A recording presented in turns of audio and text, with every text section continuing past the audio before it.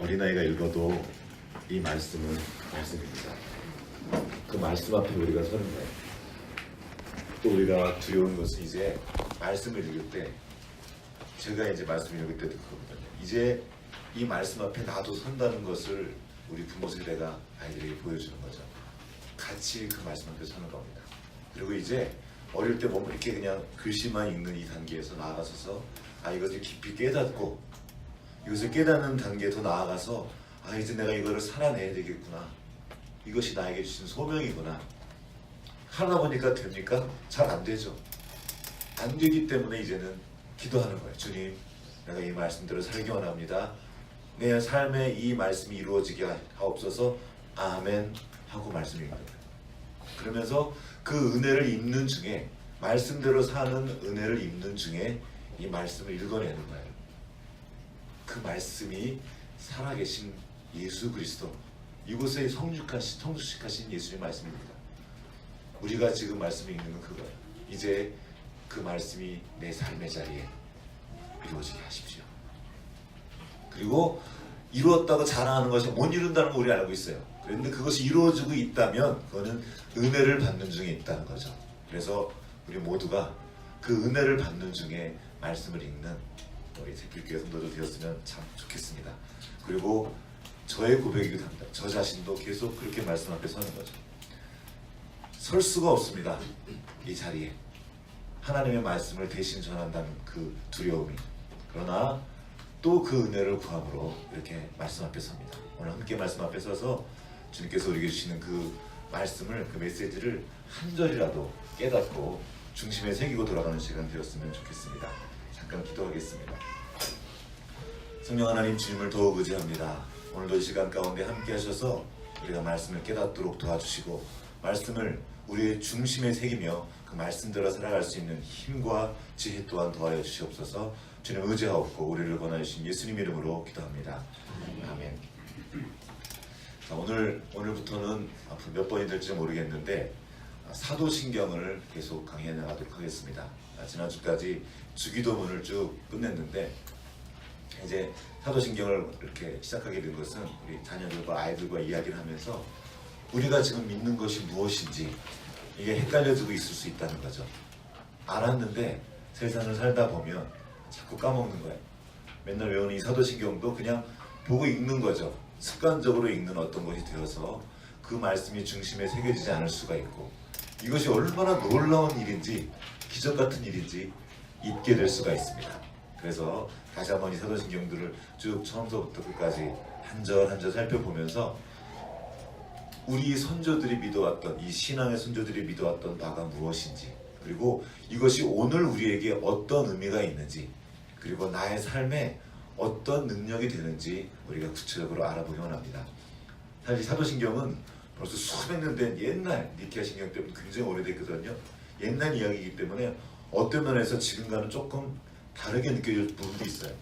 그리고 오늘의 신앙을, 오늘을 살아가는 우리가 다 담아내기에는 좀 어려운 부분도 있고, 그리고 어떤 부분들은 좀 부족하게 느껴지는 부분도 있습니다. 빠져있는 게 많아요. 그래서 어떤 교회들은 교회를 세울 때 이렇게 교회 앞에 써요. 우리는 이것을 믿습니다 하고 그 교회가 믿는 기본적인 신앙 고백을 쭉 다시 쓰기도 합니다. 우리도 물론 우리 안에 그런 내용들이 있는데, 그래도 이 사도신경을 기본에 두고 우리가 그동안 믿어왔고 앞으로 우리 후손에게 물려줄 그 신앙의 기본을 다시 한번 확립하는 시간이 되었으면 좋겠습니다. 주기도문을 계속 강의하면서 저희 삶의 자리에도 계속 어떤 변화가 조금씩 일어나는 것 같습니다. 내가 어떻게 살아야 되는지, 내가 믿는 하나님이 누구이신지, 하나님 나라의 백성으로 산다는 게 무엇인지 계속 생각을 하게 돼요. 그냥 듣기만 하는 게 아니라 이렇게 누군가에게 말씀을 전해야 되기 때문에 더 그렇게 되는 것 같습니다. 그래서 제가 여러분들에게 권유드리고 싶은 것은 어떤 식으로든지 여러분들이 듣고 깨달은 것을 말해내는 게 중요하다는 거예요. 그것을 아이들에게든지 아니면 글이든지 어떻게든지 내 바깥으로 표현해내는 것, 꺼집어내는 이 과정이 없으면 내 안에 남지 않습니다. 그냥 다 흘러가 버려요. 그래서 하다못해 개인 일기장이라도 좋습니다. 내 것을 기록으로 남기고 자녀에게 다시 내 입으로 말해내고, 이런 과정들을 꼭 가지시기를 권면드립니다. 그러는 과정 중에 저는 참 사건들이 좀 있었어요. 제가 몇 번 설교 중에 말했던 제 친구 목사가 지지난주 주일 아침에 새벽에 소천하였습니다. 그 돌아가시기 전에 3일 전에 제가 친구를 방문해서 병원에 방문했는데 저 아산병원 중환자실에 꽤 넓더라고요. 넓이 있는데 이제 그 침대들이 쭉 이렇게 칸을 나눠서 이렇게 돼 있는데 그게만 방이 따로 있는 건 아니고, 그런데 이제 친구 한참 뭐 이렇게 뭘 차고 마스크 딱 쓰고 이제 들어가는 거예요. 그래서 30분 동안만 딱 그만 면회 시간이 주어져서 손님들이 많이 올 경우에는 오래 못 있어요. 한 5분 정도 있다 나와야 되는 그런 상황이었는데 제 차례가 돼서 들어갔는데 사모님이 먼저 안에 들어가셨다고 그러더라고요. 그래서 따라 들어갔는데 아무리 살펴봐도 친구가 안 보이는, 못 찾겠는 거예요. 그래서 저기 7번이 맞는데 봤는데 암으로 오랫동안 지금 고생하다 간 건데 너무나 살이 빠져가지고 얼굴이 막 이제 할아버지처럼 된 거죠. 회골만 남아서 그냥 한참 만에 이제 찾은 거예요. 친구 얼굴을 보고 딱 보는데 그냥 마음이 무너지더라고요. 근데 그 옆에서 사모님이 이렇게 우시는 거예요. 저 뒤에서 이렇게 막 들고 한참 우시는데 말도 못 건네고 그냥 이렇게 서서 이렇게 있으면서 저랑 동갑내기 친구거든요. 그리고 제가 신대원에 있을 때 저를 도와줬던, 제 영어 숙제를 도와줬던, 선교 영어 숙제를 이렇게 도와줬던 아주 굉장히 어쩌면 우리 신대원에서 전체 졸업생 중에서 탑인 친구였었어요. 영어도 잘하고 벌써 젊었을 때 그 WCC 그 에크레니칼 운동하는 거기 스위스 본부에 가서 총무로 일하고 마지막에도 지금 에딘버러에서 박사학위까지 했으니까 학문도 되고 활동력도 풍성하고 그리고 애가 됐어요. 그렇게 착한 사람이 없어요. 정말 괜찮은 친구였었어요. 개인적으로도 되게 좋아했고 그렇게 은혜를 많이 입었던 친구. 그러니까 한국 기독교 역사에 남을 만한 그런 위치에 있는 친구였거든요. 근데 이제 그때 간 거죠. 한창 때, 지금 48세죠. 한창 때 가는 걸 보고 그 앞에서 아내가 울고 있는 거 이렇게 제가 한참 서서 있으면서 생각이 많아지죠. 내가 어떻게 살아야 되나, 내가 무엇을 해야 될까. 그리고 이제 끝나고서 딱 이제 인기척을 알아챈 거예요, 사모님이. 그래서 옆에서 목사님 이제 친구라 그랬지, 제 친구입니다 그랬더니, 친구 목사입니다 그랬더니 기도해 주세요 그러더라. 그래서 딱 그 앞에 섰는데 이제 정신이 없어요. 그래서 이렇게 서서 이렇게 있다가 무슨 기도를 어떻게 될지 모르겠더라고요. 그래서 한참 서 있다가 이렇게 그냥 서 있다가 그냥 10편 23편을 그냥 쭉 이렇게 암송하고 배우고, 주님이 우리 어떤 상황에서 우리 함께 하시는 하나님에 대해서 같이 짧게 기도하고 그리고 위로하고 이렇게 나왔는데, 그때 그 말씀이 힘이 되더라고요. 내가 사망의 음침한 골짜기로 다닐지라도 해를 두려워하지 않을 것은, 진짜 사경을 헤매는 중이었거든요. 주께서 나와 함께 하심이라. 어떤 때든지 주님이 우리와 함께 하신다는 그 말씀이 그때 딱 이렇게 저에게도 힘이 되더라고요. 그렇게 해서 말씀을 나누고 그러고 왔는데 이제 3일 뒤에 주일날 새벽에 돌아가신 거죠. 그 친구의 좀 장례식장에도 갔다 오고 돌아오면서 내가 이제 앞으로 어떻게 살아야 될까. 그리고 친구가 저렇게 갔는데 그러면 나는 무엇인가, 내가 지금 이렇게 열심히 하는 그 일들은 무엇인가. 왜냐면 그 친구가 하는 그 일들이 그 사역의 보통 일들이 아니었거든요. 정말 중요하다고 생각하고 그 자리가 굉장히 커요. 그 빈자리가. 저 어떻게 할까? 누가 어떻게 해야 될까? 그럼 나는 지금 내가 하는 사역들은, 나의 관계들은 무엇인가 한번 깊이 돌아보는 시간을 가졌습니다. 그리고 며칠이 있어서 안 돼서 또 다른 친구, 이 친구는 여자 목사님인데 신대원에 있을 때 기독교 교육과 했던, 그래서 가까이 지내면서 같이 이야기도 많이 나누고 이 시대에 대해서 같이 막 했던 그런 친구 중에 한 명, 그 여자 목사님이 남편 목사님과 같이 길을 걷다가 산책하다가 뒤에서 그 유치원 차가 쳐가지고 남편은 다치고 이 목사님도 돌아가신 거예요. 그래서 한 일주일 사이에 2명의 친구를, 제 또래 친구들을 이렇게 보내면서 생각을 하는 거죠. 나는 왜 죽지 않고 살아있는가? 내 삶의 의미는 무엇인가? 깊이 돌아보게 됩니다.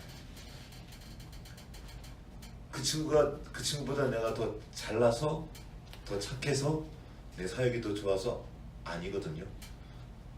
기준이 뭔지 몰라요. 우리는 이렇게 말할 수밖에 없습니다. 하나님 왜 이런 일꾼들을, 이런 좋은 사람들 이렇게 빨리 데려가셨습니까? 우리는 몰라요. 모른다고 말할 수밖에 없습니다. 우리가 알 수 없다고 말할 수밖에 없는 수많은 일들이 이 땅 가운데 있습니다. 그래서 질문들이 도대체 왜 하나님이 살아계신다면 이런 일들이 일어납니까? 묻죠. 내 삶의 자리에는 왜 이런 일들이 벌어집니까? 왜 이렇게 아픕니까? 이게 이렇게 안 될까요? 묻게 되는 거죠. 이 삶과 죽음 앞에서 우리는 겸손해지게 됩니다. 그리고 이제 다시 조금 튜닝할 수 있는, 하나님을 바라볼 수 있는 그 튜닝이 조금 되는 거죠. 많은 사람들이 묻습니다. 아주 중요한 신학적인 주제이기도 하고 철학적인 주제이기도 합니다. 나는 왜 죽지 않고 살아있는가? 내 삶의 의미는 무엇인가? 또 어떤 철학자는 묻습니다. 왜 나는 없지 않고 있는가? 내가 있는다는 것이, 여기 있다는 것이 얼마나 놀라운 일인지 우리는 잊고 살아갑니다. 이 생명의 존재에 대한 놀라움을 잃어버렸어요. 우리 아이들과 수업할 때도 꼭 한 번은 이야기를 나눕니다. 생명의 존재에 대해서. 혹시 월이라는 영화를 보신 적 있습니까? 그 로봇 하나가 이제 지구가 다 이제 온 세상이 다 전쟁 때문에 다 폐허가 되고 생명체가 다 사라진 거예요. 그래서 살아있는 생명체를 찾아다니는 영화입니다. 그래서 그 로봇이 그 우주를 다니면서 작은 거라도 그다음 막 타다니다가 풀 한 포기를 발견해요. 이 신발 속에서. 그때 그 환희, 그 놀라움, 그 생명을 그냥 다 보호해가지고 그 생명을 그냥 보물단지같이 모시고 이제 가는 거예요. 살아있는 생명. 여러분, 이 생명이 얼마나 놀라운 기적인지 생각해 보셨습니까? 태양과 조금만 가까워도 다 죽고, 조금만 멀어도 다 얼어 죽고, 공기가 없어져 죽고, 이 대기권이 없으면 다 우리는 우주로 날아가 버리고, 생명이 존재할 수 있는 완벽한 환경이 지금 지구라는 곳에 조성되어 있습니다. 세상의 기적 중에 가장 놀라운 기적이 있다면 생명이에요. 생명이 여기 있게 있는, 게다가 생명 중에도 그냥 풀 한 포기가 아니라 그냥 있기만 하는 것이 아니라 이렇게 생각할 수 있고 의미를 물을 수 있는 이런 놀라운 존재로 내가 존재한다는 것이 얼마나 놀라운 기적인지, 얼마나 감사한 일인지, 그리고 또한 그만큼 얼마나 큰 사명이 부여되어 있는지 우리는 생각해 볼 수 있어야 합니다. 이제 우리는 묻게 되는 거예요. 사람만 그런 거예요. 나는 왜 저 풀과 다를까? 나는 왜 저 동물과 다른가? 느끼는 거죠. 자기 존재에 대해 질문하는 유일한 존재입니다. 나는 누구인가? 나는 이제 어떻게 살아야 되지? 인간은 무엇이죠? 이런 질문을 하고 있어요. 어떻게 이런 질문을 하게 되었을까요? 우리 안에 하나님의 형상이 있는 거예요. 우리는 의미를 추구하는 존재입니다. 의미가 없으면 힘들어져요. 힘이 들어도 의미가 있으면 그것을 기쁨으로 할 수 있는 존재가 이 사람이에요. 반대로 아무리 뭐가 많아도, 돈이 많아도, 뭐가 편안해도 의미가 없어지면 점점점 힘들어져요. 그래서 결국에는 그 의미를 못 찾으면 자기를 죽이기도 합니다. 어떤 사람은 말해요. 먹고 살기도 바쁜데 무슨 쓸데없는 한다고. 그런 거 치고 일단 살아. 그러나 인간은 떡만으로는 살 수 없습니다. 의미를 추구해요. 도스토옙스키의 이 얘기는 좀 유명한 이야기입니다. 그가 총살형을 당할 사상범으로 이렇게 오해돼서 총살을 당하기 직전에 황제의 특사가 오죠. 그래서 그가 살아납니다. 그리고 시베리아로 유배를 가요. 어떤 좋은 사람을 한 명 만나서 그분이 신약 성경을 들려줍니다. 그리고 신약 성경을 들고 유배지로 갑니다. 유배지에서 책을 한 권 쓰는데 죽음의 지배의 기록이라는 아주 의미 있는, 이 인류 역사상 큰 의미가 있는 책을 써요. 거기서 말할 수 없는 그런 그 수용소의 그 분위기 속에서 인간의 끝이 어딘가를 그런 봅니다. 인간이 어디까지 악해질 수 있고 어디까지 잔인할 수 있는지, 얼마만큼 이기적인지 인간을 보게 되는 거예요. 그런데 그곳에서 그를 가장 괴롭혔던 일은 다른 게 아니라 추위도 있고 뭐 어려운 일이 있었지만 이거였어요. 무의미한 일에 동원되는 겁니다. 가서 어느 날 다 나와. 그럼 어디 간지도 몰라요. 다가 나가가지고 파는 거야. 계속. 한참 판 다음에 갔어요. 다음날 다 나와. 다시 가요. 글로. 그리고 뭐 합니까? 그걸 다시 묻어요. 미치는 거예요. 이걸 하면서 미쳐버리는 거예요. 도스토옙스키를 가장 괴롭혔던 것은 다름 아닌 그 무의미였습니다. 내가 지금 여기서 뭐 하고 있는 거야? 그냥 간신히 목숨은 부지하고 있는데 그 의미가 없는 것이 너무나 고통스러웠다는 겁니다. 여러분, 의미가 있다고 생각되면 반대로 막 힘이 생깁니다. 할머니들 이렇게 막 나는 막 팔이 아파서 간절을 못해 그러다가 손주를 만나요. 막 손주를 번쩍번쩍 들고 어디서 그런 힘이 나는지 몰라요. 기뻐하는 일, 의미 있는 어떤 일에는 우리가 다르게 반응합니다. 막 힘이 생겨요. 그런데 문제는 이 시대에 이 시대는 그 의미와 보람을 찾기가 참 어려운 시대가 되어버렸어요. 인간은 영적인 존재인데 육체적인 존재로 바뀌어버렸습니다. 먹고 사는 일에 온통 마음을 다 써버리느라고 또 마음 쓸 것이 남아있지 않아요. 무슨 의미는 일단은 살아야 되니까. 그래서 돈 버는데 아주 왜냐면 이것도 생명을 위한 일이니까 잃어버린 것이 너무 많아요. 함석헌 선생님의 시 중에 수평선 넘어라는 시집에 나오는 시입니다. 이 시는 내 마음 다 팔았구나 이런 시예요. 제가 한번 읽어드리겠습니다. 내 마음 다 팔았구나. 다 팔아먹었구나. 아버지가 집에서 나올 때 채곡채곡 넣어주시며 잃지 말고 닦아내어 님 보거든 드리라 일러주시던 그 마음. 이 세상 길거리에서 다 팔아먹었구나. 다 팔아먹고 다 헤쳐먹고 이제 껍데기만 남았구나. 님 생각이 나는 오늘엔 바쳐야 할 그 마음은 없고 세상 풍파에 부대끼고 더러운 기록을 그린 이 껍질밖에 없으니 무엇으로 님을 만나 무슨 마음에 님을 찾나. 속았구나. 세상한테 속았구나. 그 사탕에 몸 팔고 그 옷에 마음 팔고 고운 듯 꿰는 눈에 뜨거운 마음 다 팔고 비리소리 좋은 듯해 있는 마음 툭 털어 주고 샀더니 속았구나. 속 없는 세상한테 속았구나. 해는 서산 위에 뉘엿이 눕고 내 몸은 피곤하고 저녁바람은 가벼이 불 때 다 팔고 남은 내 마음의 껍질은 물 마른 우물같이 텅 빈 쓸쓸함만 깊었는데 님은 저 언덕을 올라가시는데 저녁 영광 안으시고 저 님이 가시기 전, 저 님이 저 언덕을 아주 넘으시기 전 가자 내 마음아, 이 가엾은 내 마음아. 팔다가 남은 부스럭이라도 모아가지고 가서 바치자. 받으시거나 아니 받으시거나 발 앞에 쓰러지자. 세상아 내 마음 도로 주어 다시 돌려다오. 이 껍데기 세상아, 내가 나를 껍데기로 만들었지만 내게 줄 내 마음이 아니었더니라. 나를 껍데기로 만든 세상아, 님께 바쳐야 할 내 마음 내놓아라. 어서 내놓아라. 내가 본시 내게서 받은 것이 없었노라. 너무 길어가지고 읽는 사이에 좀 졸릴 수 있었을 텐데,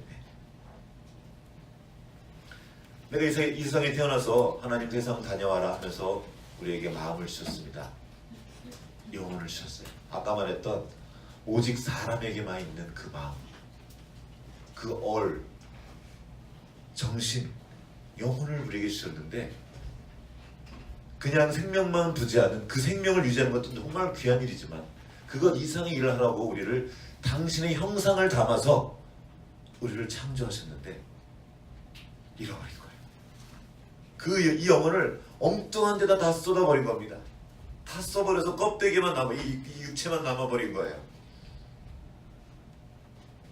주님께 드릴 마음인데 세상 풍파에 부대끼다 보니까 마음이 더러워졌어요. 내 속을 세상에 다 주고 보니까 주님께 드릴 것이 없어요. 우리 이전에 읽었던 필독서 중에 썬다스를 만나다 혹시 기억나는지 우리 거기 있던 이야기예요. 망고 다 빨아먹고 남은 쭈그리기 같은 것만 드린다는 거죠. 주님께. 그런 상태에 있을 때가 얼마나 많냐는 거죠. 가만히 돌이켜 생각해보니 세상에 속았다는 거예요. 주님 뵐 면목이 없어요. 주님께 드릴 마음이 없다는 거죠. 사탕에 옷에 아름다운 것에 세상 그 만족에 뜨거웠던 마음 다 팔아버리고 세상이 나를 기쁘게 해줄 것 같은 그 생각 때문에 나의 속사람을 다 털어버리고 다 줘버렸어요. 다 털려버렸어요. 근데 여기는 이런 말이 나와요. 해는 서산에 뉘엿이 눕고, 아마 어르신들은 이 느낌을 올 거예요. 해가 서산에 점점점 그 밤이 될 때가 가까이 오고 있는 거죠. 근데 아십니까? 그때가 언제 올지 아무도 모른다는 거예요. 전 지금 그걸 느끼고 있는 거예요. 친구들을 갑자기 한 주간에 2명이나 보내면서, 가까웠던 친구들이니까 보내면서 생각을 하는 거예요. 아, 이 시간이 영원히 남아있지 않구나. 내게 지금 있는 이 시간이 너무나 소중하구나. 허투루 써버릴 수가 없구나. 하나님이 그냥 주신 생명이 아니구나. 그냥 주신 영혼이 아니구나. 돌아보게 되는 거죠.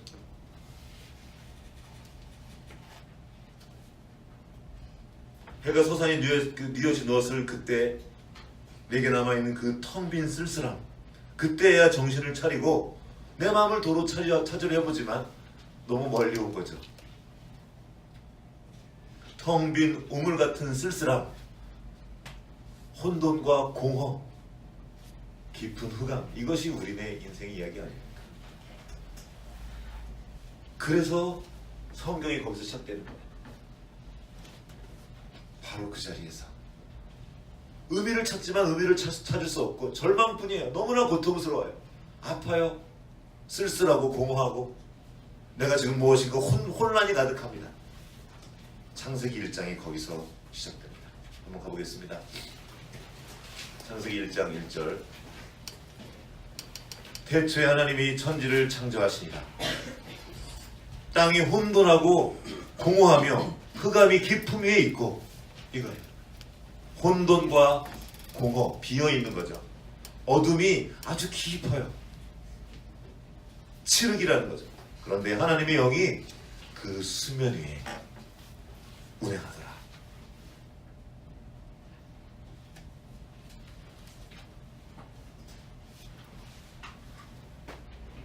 여러분, 이 창세기가 쓰여졌던, 이렇게 기록으로 남겨졌던 때를 역사학자들은 바벨론 시대라고 추정합니다. 바벨론 포로기에 이스라엘에서 있을 때, 자기들끼리 있을 때는 자기네 살 때는 그냥 잘 살다가 포로로 잡혀나고 가니까 다시 생각되는 거예요. 그동안 우리가 잃어버린 것이 무엇이었는지 이제 이스라엘 백성들이 생각하게 된 겁니다. 우리가 받은 그 말씀이 얼마나 귀한 것이었는지, 우리가 받은 생명과 누렸던 그 자유가 얼마나 소중한 것이었는지 깨달은 그 이스라엘 백성들이, 유대인들이 이제는 나라를 잃어버렸죠. 포로 자리에 가서 거기에서 다시 찾기 시작한 겁니다. 내가 누구였지? 나의 정체성을 찾고, 우리가 누구였고 우리를 통해 행하신 일이 무엇이었지 하고 그동안 있었던 자료들을 모아서 정리하기 시작합니다. 그 유명한 학사가 에스라죠. 그때 또 있었던, 활동했던 그 선지자 중에 에스겔이 있습니다. 본 거예요. 마른 뼈와 같은 그 자기 무리를 본 거죠. 이것을 살리시는 하나님, 생기야 사방에서부터 불어와서 이 사망을 당한 자에게 불어 살아나게 하라. 예수님이 말씀하신 거죠. 대언하라. 너가 내 말을 대언해서 저 썩은 것들에게 말하라. 그걸 보고 에스겔이 말해낸 겁니다. 지금 이 설교는 그거예요. 다시 말해내는 겁니다. 나는 보잘것없는 존재이지만 우리가 어떤 존재인지 다시 말해내는 거죠. 그때 그들이 있었던 그 포로기의 장소를, 땅을 이렇게 부릅니다. 데라비비라고 해요. 에스겔이 봤던 그 장소, 그 땅. 홍수, 이것의 의미는 뭐냐면 홍수로 말미암아 폐허가 된 땅을 이렇게 부른대요. 데라비비라고. 그들은 바벨론으로 가서 유프라테스 강, 티그리스 강 근처에 살았습니다. 거기는 범람을 하는 거예요. 한번 범람을 하고 나면 싹 쓸어가 버리는 거예요. 내 삶의 터전이 다 없어져 버리는 거예요. 그걸 바라본 그 마음 아십니까? 저는 홍수를 직접 본 적이 있어요. 제가 어렸을 때. 남아있는 게 없습니다. 싹 쓸어가 버린 거죠. 간신히 목숨만 부지하고 나와서 싹 쓰러져가는 내 집을 바라보는 그 마음, 그 한 장면이 기억나요. 홍수가 된 것을 바라보는 그 주민의 눈을 딱 비춰주는 게 한 장면이 기억이 나요. 이거 망연자실한 그 마음. 어디에도 희망이 없는 거예요. 이 상태가 바로 이스라엘 백성들이었습니다. 그들의 남은 단 한 가지 소원은 우리 이스라엘 땅, 그 유대 땅으로 가는 것이 소망이었는데 그 유대가 멸망했다는 소문이 들려옵니다. 그리고 결국에는 멸망당하죠. 아무런 소망이 없습니다. 절망 그 자체예요. 이것이 그들이 처한 실존적인 상황이었습니다. 실제였단 말이에요. 그런데 하나님의 신이, 하나님의 영이 그 죽음의 물 위를 운행합니다. 그리고 그 혼돈과 공허와 깊은 흑암을 뚫고 음성이 들려오는 거예요. 빛이 있으라. 그 빛이 뚫고 들어오는 겁니다. 그 절망으로, 그 흑암으로 뚫고 들어오는 겁니다. 우리 삶의 자리에 혼돈과 공허, 흑암, 깊은 이 어둠이 찾아올 때가 있어요. 도무지 모르겠어요. 어떻게 해야 될지 모르겠습니다. 그때 우리에게 필요한 것이 무엇입니까? 조금 더 연구를 잘한다고 우리가 안 되는 거예요. 절망뿐인 거죠. 그때 그 빛이 찾아오는 겁니다. 그 말씀이 들려지는 거예요. 우리가 주님을 찾아가는 것이 아닙니다. 흑암 가운데 있어서 더듬어도 뭐가 있는지 아무것도 알 수가 없어요. 할 수도 없고. 그때 주님의 말씀이 우리를 찾아오는 거예요. 내 안에 비춰오는 한 줄기 그 빛, 이게 주님의 말씀입니다.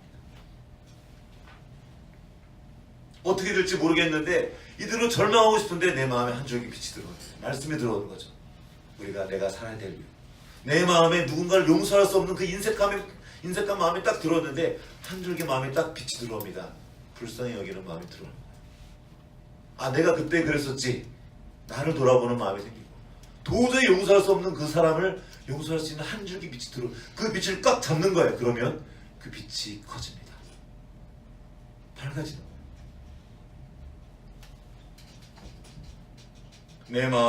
내 마음이 아니라 성령께서 해주신 일입니다. 이것이 빛이 임한 마음입니다.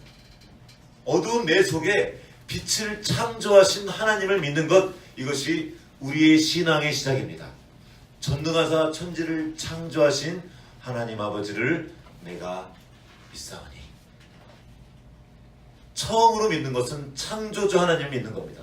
하나님이 나를 창조하셨다. 그 다음에 우리가 또 믿는 것은 창조하신 우리가 죄로 인해 넘어졌어요. 이 마음, 지정의가, 지성과 감정과 의지가 타락을 했어요. 썩었어요. 그래서 선한 열매를 맺을 수가 없어요. 하는 것이라고는 나쁜 마음이고 용서하지 못하고 싸우고 이런 마음으로 가득하게 됐단 말이에요. 나만 바라보는 그런 마음으로 죄로 물들었단 말입니다. 그 죄에 노예된 상태에서 하나님이 우리를 구원해 주셨습니다. 해방해 주신 거죠. 우리가 믿는 바이 크게 두 가지입니다. 우리를 창조하신 하나님, 우리를 구원해 주신 하나님. 그래서 다시 살아날 수 있는 근거가 되는 것입니다. 이제 우리는 그렇게 하나님이 새롭게 하신 우리는 단지 먹고 사는 문제를 넘어서 그 의미를 묻고 따지는 존재로서 살아가게 됩니다. 왜냐하면 하나님이 우리 안에 하나님의 형상을 담아주셨기 때문입니다. 하나님은 이제 우리 인생의 의미를 보여주셨어요. 그 인생의 참된 의미는 사랑입니다. 내가 누군가 나를 사랑할 때 나는 그냥 못 죽어요. 한 명만 나를 사랑해도, 진짜 사랑한다 알아도 그는 죽을 수 없대요. 참된 사랑이 우리를 사는 거죠. 그 사랑의 관계가 우리에게 의미가 되는 겁니다. 김준수의 꽃, 그가 나를 불러주었을 때, 다가왔을 때 내 인생이 새롭게 부활하는 거예요. 절망이었는데 아무도 나를 알아주지 않는 그 속에서 하나님이 나를 알아주시는구나, 나를 불러주시는구나 하고 찾아오신 그 하나님 때문에 내 인생에 살 의미가 생기는 겁니다. 누군가 나를 사랑할 때, 우리 아이들이 왜 이토록 어렵습니까? 그 사랑을 느끼지 못하게 된 거예요. 냅두라 그러지 뭐. 그리고 다른 것에서 의미를 찾기 시작합니다. 그게 재미예요, 재미. 인격적인 관계 속에서 그 인격과의 사이에서 누리는 그 사랑의 의미가 되어야 되는데, 여기서 재미를 못 찾자, 여기서 의미를 찾지 못하자 기계에게 내 마음과 삶을 쏟아붓습니다. 보이지 않는 허상, 돈, 어떤 가치나 신념, 이데올로기, 이런 것에 내 모든 걸 쏟아붓는 거예요.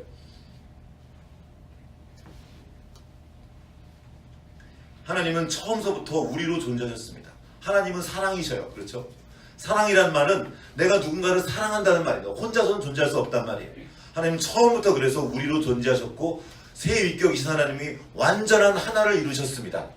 이 세 인격의 그 관계 안에 있는 이 관계가 바로 믿음이에요. 그리고 이것이 나타나신 것이 사랑이며 우리 가운데 보여지게 나타나신 분이 바로 예수 그리스도입니다. 그래서 믿음은 신념이 아니라 관계인 겁니다. 인격과의 관계. 내가 이것을 반드시 이룰 거야. 이렇게 하면 이것이 될 거야. 이건 하면 돼. 이런 어떤 신념 체계가 아니고 나를 만드신, 나를 창조하시고 나를 구원하시고 지금도 나를 사랑하시는 그 하나님과의 관계, 이것이 믿음입니다. 오늘 사도신경의 제목이 뭐죠? 크레도입니다. 라틴어로 크레도. 친구들도 요 정도는 알아두면 좋아요. 크레도. 이 뜻이 나는 믿습니다라는 뜻이에요. 저는 라틴어를 공부를 못했는데 언어에 잘 못해서 라틴어는 이 동사 격변화 속에 주어가 포함되어 있대요. 좀 이 말도 어렵죠. 동사의 격이 있는데 이렇게 뭐 비동사로 치면 뭐 am, is 이렇게 있는 것처럼 그 라틴어에도 동사의 격변화가 있는데 그 격에 따라서 주어가 포함되어 있는 거야. 그러니까 그냥 그래도 이 말은 나는 믿습니다라는 뜻이에요. 그냥 이 단어 하나가. 그래서 라틴어가 어렵대요. 그런데 이 크레도의 원뜻은 나의 심장을 바칩니다. 그런 뜻이라고 합니다. 나의 심장을 바칩니다. 나의 생명을 바치는 거죠. 내가 하나님을 믿는다는 것은, 내가 예수님을 믿는다는 것은 내 심장을 바칩니다. 그런 뜻. 나의 생명을 드립니다. 이것이 믿음의 내용이라는 겁니다. 이렇게 소중한 심정을 내가 하나님께 바친다고 말하면서 만약에 하나님 아닌 다른 엉뚱한 신에게 바치면 어떻게 되겠습니까? 억울하지 않겠습니까? 나를 사랑하신 분, 나를 창조하시고 나를 구원하신 분께 나를 드려야지 이게 억울하지 않고 의미가 있고 기쁨이 될 텐데, 만약에 하나님 아닌 다른 것을 이것들을 바친다면 얼마나 억울하고 얼마나 안타깝겠습니까? 많은 사람들이 그 심장을, 자기의 생명을, 온 삶을 신념에게 바쳤습니다. 이데올로에게 바쳤어요. 이데올로기 때문에 지금도 죽여요. 이날 6.25 때 있었던 그 남과 북, 그 자본주의와 공산주의, 이것 때문에 존재하지 않는 어떤 것이거든요. 이 신념체계 때문에 서로를 죽여요. 지금도 빨갱이냐 아니냐 하면서 서로를 죽여요. 그게 뭔데? 거기에 자기 온 생명을 다 바쳐요.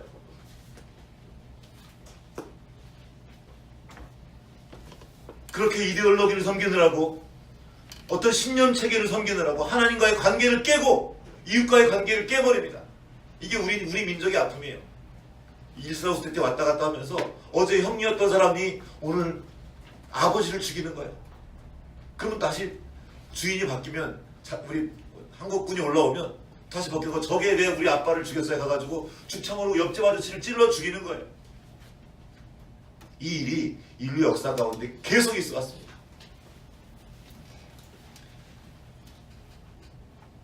그렇게 돈을 섬겨요. 돈은 존재하지 않는 허상입니다.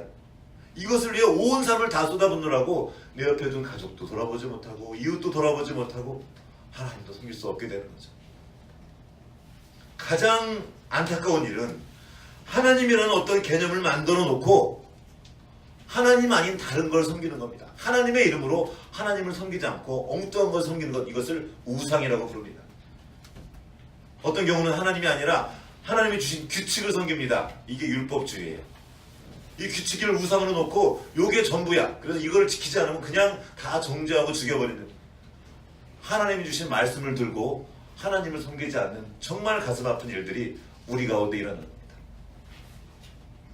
여러분, 진리는 규칙이나 규범이 아니라 인격이에요. 그 하나님과의 관계 속에 진리가 있는 거예요. 내가 곧 진리다. 예수님이 하신 말씀이죠. 사람으로 오신 분이, 예수님께서 사람으로 계시는 동안에 말씀하신 겁니다. 내가 진리다. 나를 따르라. 근데 우리는 그 인격과의 관계를 잃어버렸어요. 종교 행위가 되어버린 겁니다. 기도하면 뭐가 되겠지, 이런, 주면 받겠지, 집어넣으면 나오겠지, 이런 이야기가 아니에요. 우리가 아빠와 관계하듯, 내 친구와 부모님과 관계하듯 그 관계 속에 믿음이 있는 것인데, 우리가 생명을 바쳐야 될 것은 그 인격인데 인격이 아니라 다른 것에 바쳐버리는 거예요. 하나님께서 우리에게 말씀을 주셨어요. 어떤 명령을 주셨지만 인격으로서 주신 겁니다. 야, 이거 가서 해라 하고 주면 그 상황에서 주신 거예요. 그런데 이게 끝났으면 이제 그 다음 말씀을 들어야 되는데 그 다음 말씀을 듣지 않고 계속 그때 말씀하셨잖아요. 그러면서 계속 이전 것만 하고 있는 거예요. 규칙을 섬기는 사람은 지금 말씀하시는 하나님의 음성을 들을 수가 없습니다. 자기 신념을 섬기는 사람, 하나님의 음성을 들을 수가 없어요. 이미 다른 것에 내 심장을 주어버렸기 때문입니다. 오늘 한국 땅에서 하나님을 믿는다고 하는 많은 사람들이 성경에 계시하는 하나님이 아니라 다른 걸 믿는 분들이 너무 많아요. 자기가 만들어낸 하나님을 믿는 사람들이 너무 많다는 거죠. 우리도 돌아보는 겁니다. 내가 지금 섬기는 분이 누구인가?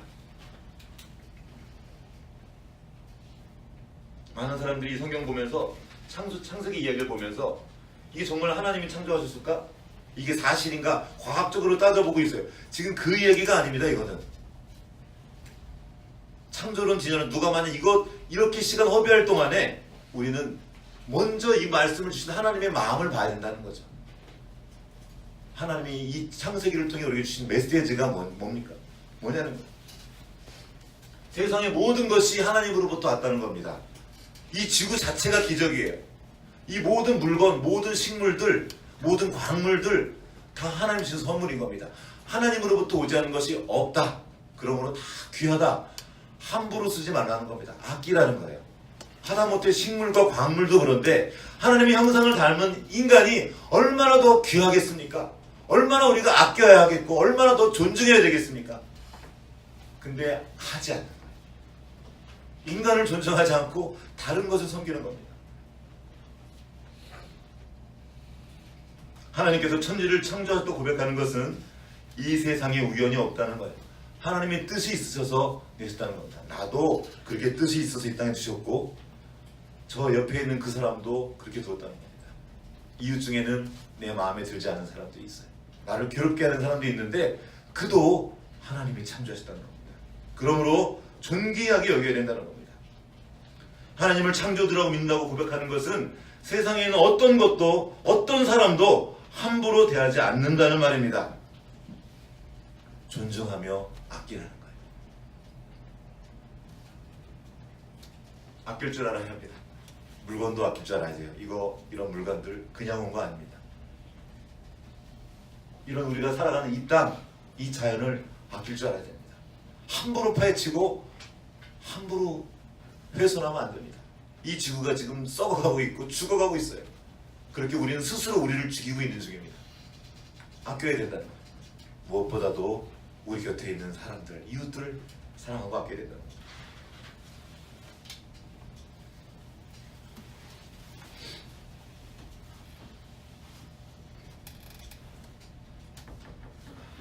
다시 오늘 본문 잠깐 들어보겠습니다.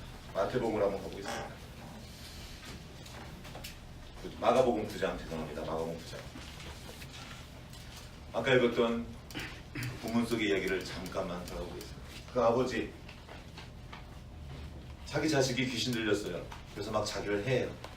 막 불에 들어가고 물에 들어가고 그러니까 참 아차하면 죽는 거예요. 귀신 들으면.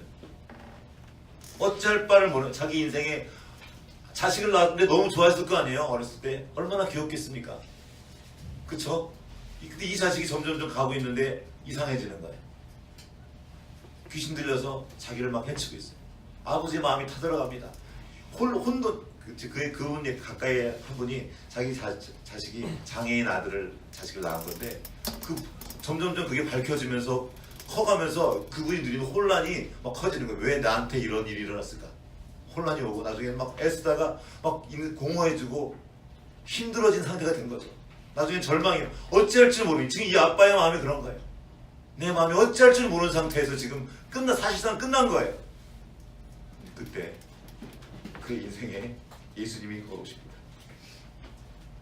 예수님 앞에 나간 거예요. 창조주가 지금 그 앞에 오신 거예요.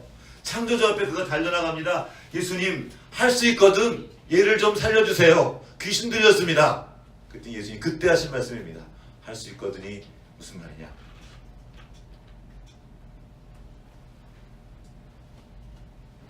믿는 자에게 능히 하지 못할 일이 없느니라. 믿는 자에게, 믿는 자가 한다는 말이 아니죠. 하나님을 믿는 자, 하나님과 관계하는 그에게 하나님은 모든 것을 다 하실 수 있다는 겁니다. 우리가 주님과 관계하기 시작하면 하나님이 우리에게 어떤 일들을 행하기 시작하십니다. 그것은 바로 빛을 주시는 거예요. 빛이 있으라. 그 말씀이 우리 안에 심겨지고 그 빛은 생명을 주는 빛입니다. 그 인생이 달라지기 시작해요. 그 빛이 들어간 인생마다 이전처럼 그대로 있었던 인생은 없습니다. 진짜 만약 그 빛을 만났다면, 그 생명이 들어갔다면 그 생명은 움직이기 시작합니다. 그리고 그 생명 자체가 기적인 것이죠.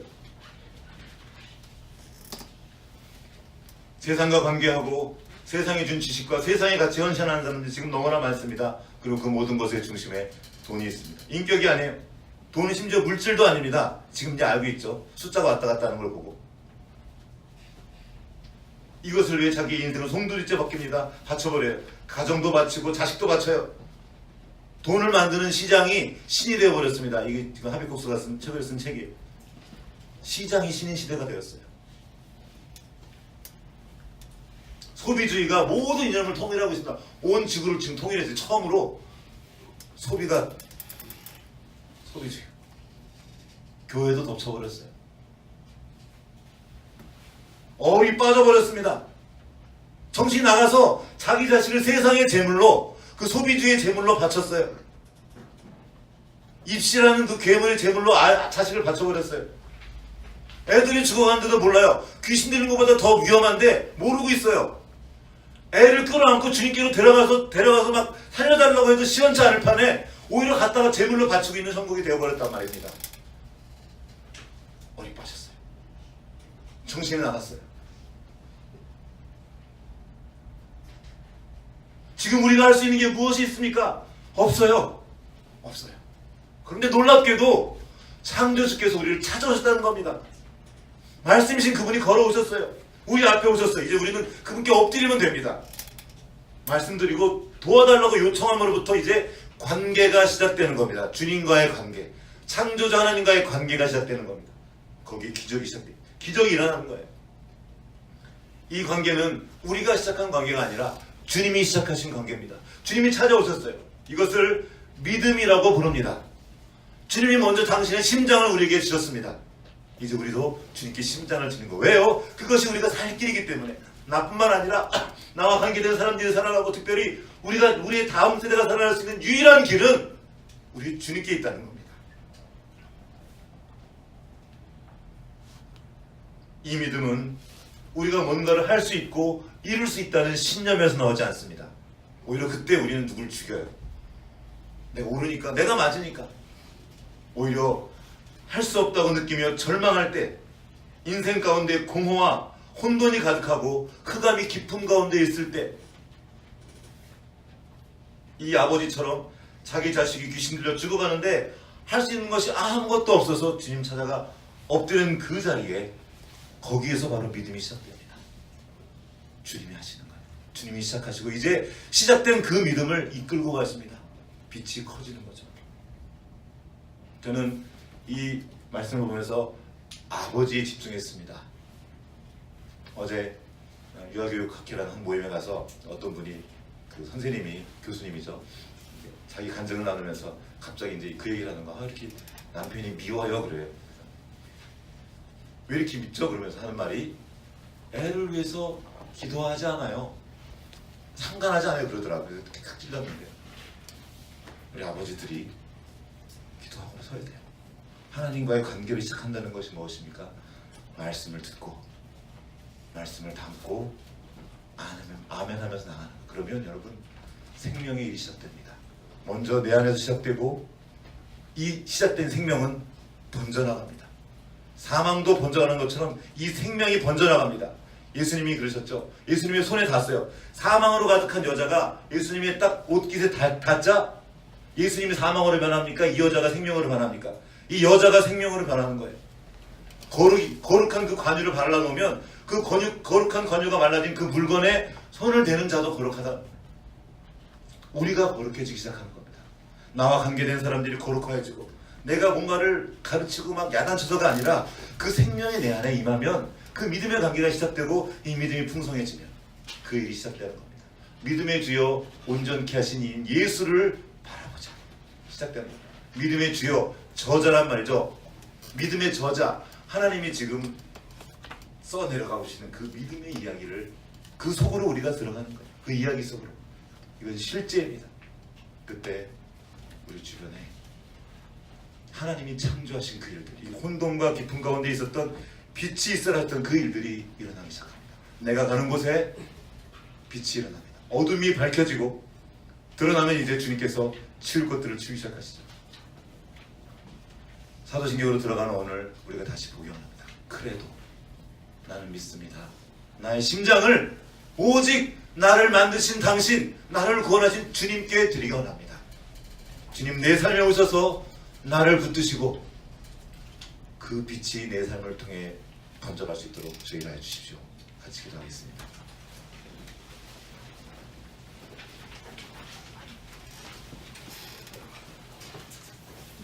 하나님 아버지, 주님께서 우리에게 주셨던 그 마음, 그 영혼, 하나님과 관계할 수 있도록 지으신 그 인격, 사랑할 수 있는 그 마음, 그 모든 아름다운 마음을, 그 귀한 것들을 주님께 드려야 할 텐데 주님께 드리지 못하고 다른 곳에 허비하였습니다.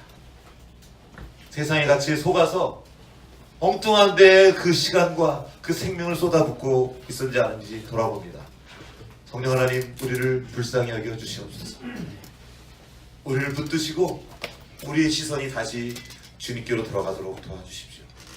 생명 없는 것들, 거짓, 가짜, 우리를 유혹하게 원수가 놓은 그런 미끼에 나의 모든 것을 쏟아붓는 것이 아니라 우리를 사랑하셔서 우리에게 모든 것을 내어주시고 그 심장을 내어주신 우리 주 예수 그리스도를 바라보고 주님과 관계하며 주님을 믿음으로 이 땅 가운데에서 그 빛을 나타내는 삶을 살 수 있도록 주 우리에게 은혜 베풀어 주시옵소서.